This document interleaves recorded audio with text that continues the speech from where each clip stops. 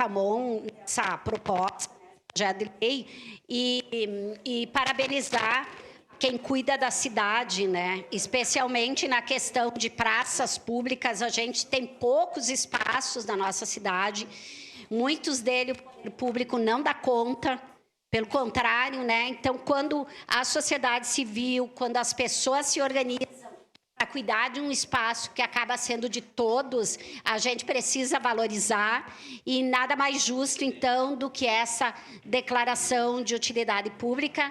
Então, em função disso, votaremos favoráveis e parabenizamos, então, a essa associação, e que sirva de exemplo, né, a muitas outras pessoas que têm esse desejo, que eu mesma já fui procurada, de pessoas que querem adotar, às vezes até pequenas praças, pequenos canteiros, e a gente sabe que ali na Monteiro Lobato é um projeto muito maior, muito mais antigo, muito mais amplo. Então, parabéns, nosso voto será favorável.